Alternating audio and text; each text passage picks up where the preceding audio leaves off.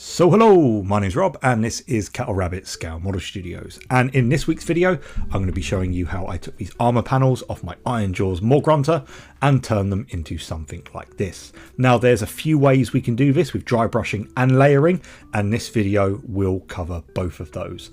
It is a bit messy to do, but it is a lot of fun. I really enjoy doing this and I really want to show you guys, so let's just dive in.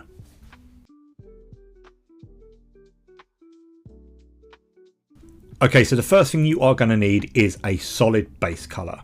I'm going to be using this spray here. This is Sunset Yellow from the Colour Forge. It has a really good finish and is a really good yellow paint. Seeing as Citadel don't do Avaland Sunset Spray anymore, this is the next best thing as it matches Avaland pretty much spot on. If you want to get your own can of this, check out the link in my description below. I always forget to mention this. It helps me out, it helps you out, and you know, it's at no extra cost. It's a no-brainer. Colour Forge is really good spray. If you don't have this spray or don't want to use Colour Forge, something like Xandri Dust from Citadel, and then you'll need to do a good couple of coats of Avaland Sunset to kind of bring it up to this level. But what we're looking for is a nice solid coverage. If you are using the spray, you will instantly cut out a load of lead work, so I do recommend, if you are doing Iron Jaws or Imperial Fist or something like that, which this tutorial will be perfect for, get the spray. You'll save yourself so much time. Now the first thing we are going to do, we're going to get Cassandora Yellow. This is a fantastic wash because it's almost got like a tint of orangey browniness to it, and it goes over this really nicely. All we're going to do, we're going to take this tatty old brush. You might remember this from the last video I did with my Grimdark Metallics. If you haven't seen that video, it's how to do metallics in a Grimdark style in just 2 or 3 paints. It's really cool. I'll leave it linked in the pinned comments below, but we're just going to get this brush, we're going to load it up, and we are going to cover this armor panel. Now if you're doing things like Imperial Fists that have smoother panels, you won't get the effect of this as much. This is good on things like Iron Jaws because they have that battered look. They have lots of little ridges and, you know, it's like a hammered look, and this shade will sit in all those little bits and it will really pick up on that detail.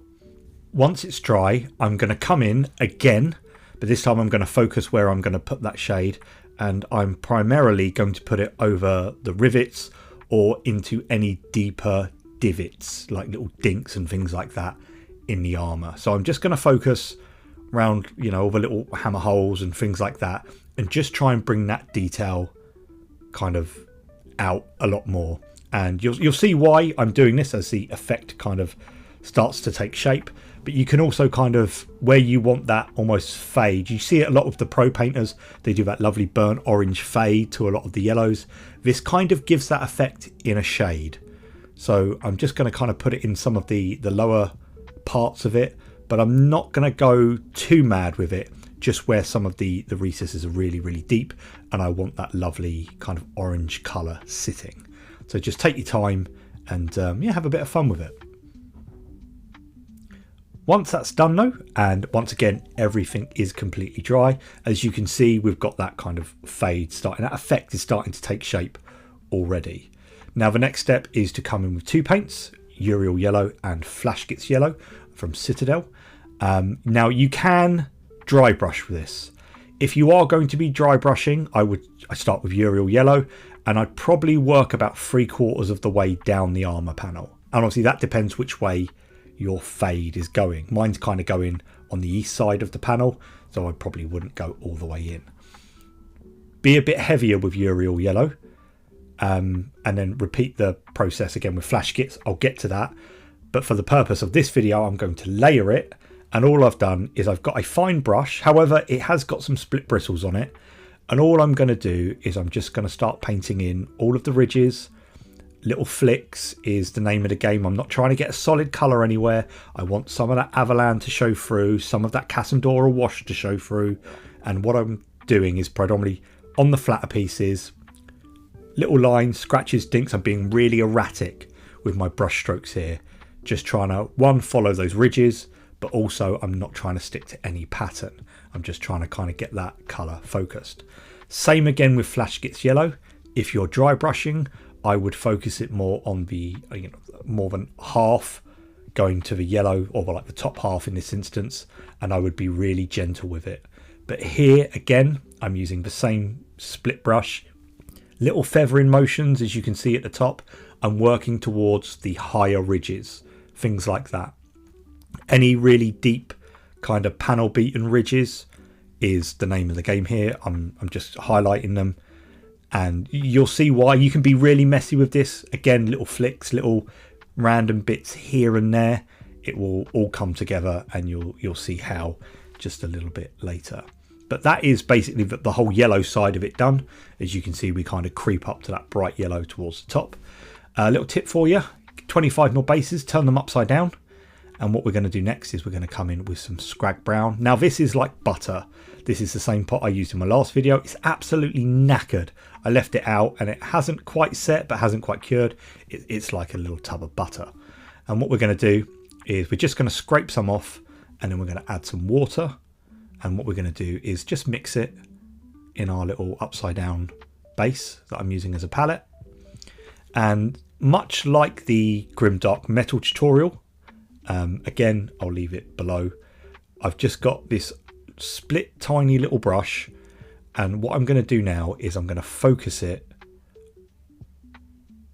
when I eventually stop mucking about painting by the looks of it. I'm just going to flick it in, as you can see here, to those really deep parts.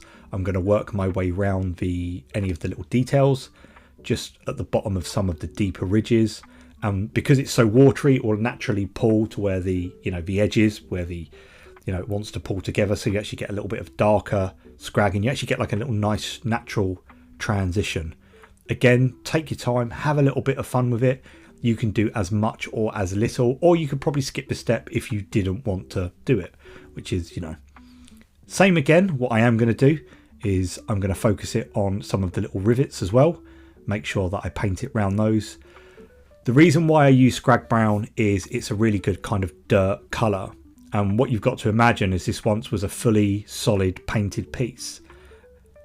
That dirt is going to build up on top of that colour. So I think Scrag Brown is a really, really good way of simulating that, as well as Mournfang Brown, which is a colour that I come in with next.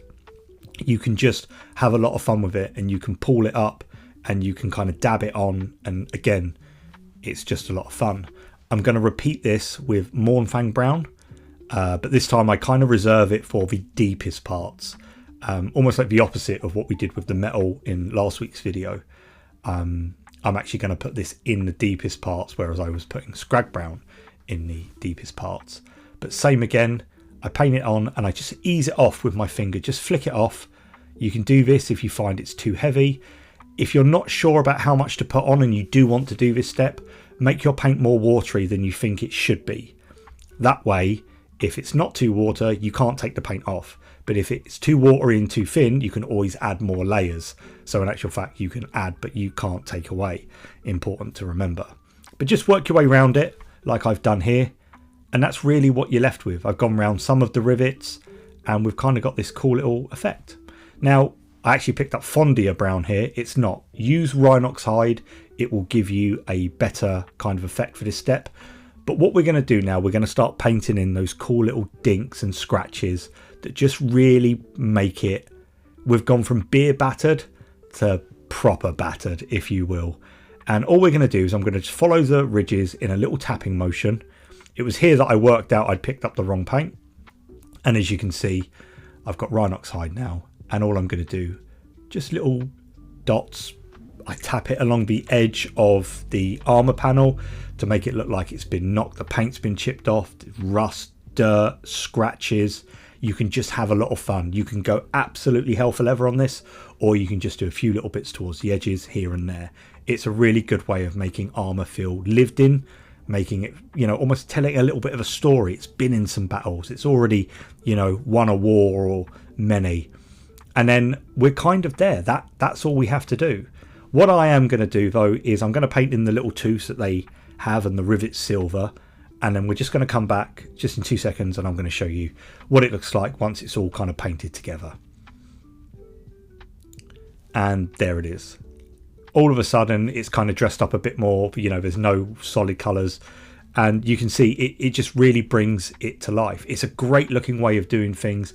It's a lot of fun because it's pretty safe to do, especially if you're watering down your shades. As you can see, I've got the lovely kind of shade moving round from the bottom to the side panel, just where dirt would build up as it's charging along. It's a lot of fun. And as you can see, look, there's other bits that I've done where I've put the fade more towards the bottom of the head on the pig and things like that. This is a great model. I've been really enjoying it. Stay tuned for next week's video. I'll probably be tackling the base and we'll have some fun with that. I'm not too sure what I'm going to do just yet, but it is there. And I've also got how I've been doing my orc skin as well. So look, if this has helped you out, don't forget to like and subscribe. It really helps my little channel grow. And I thank you for joining me on this video. I will see you all next time. God bless and take care.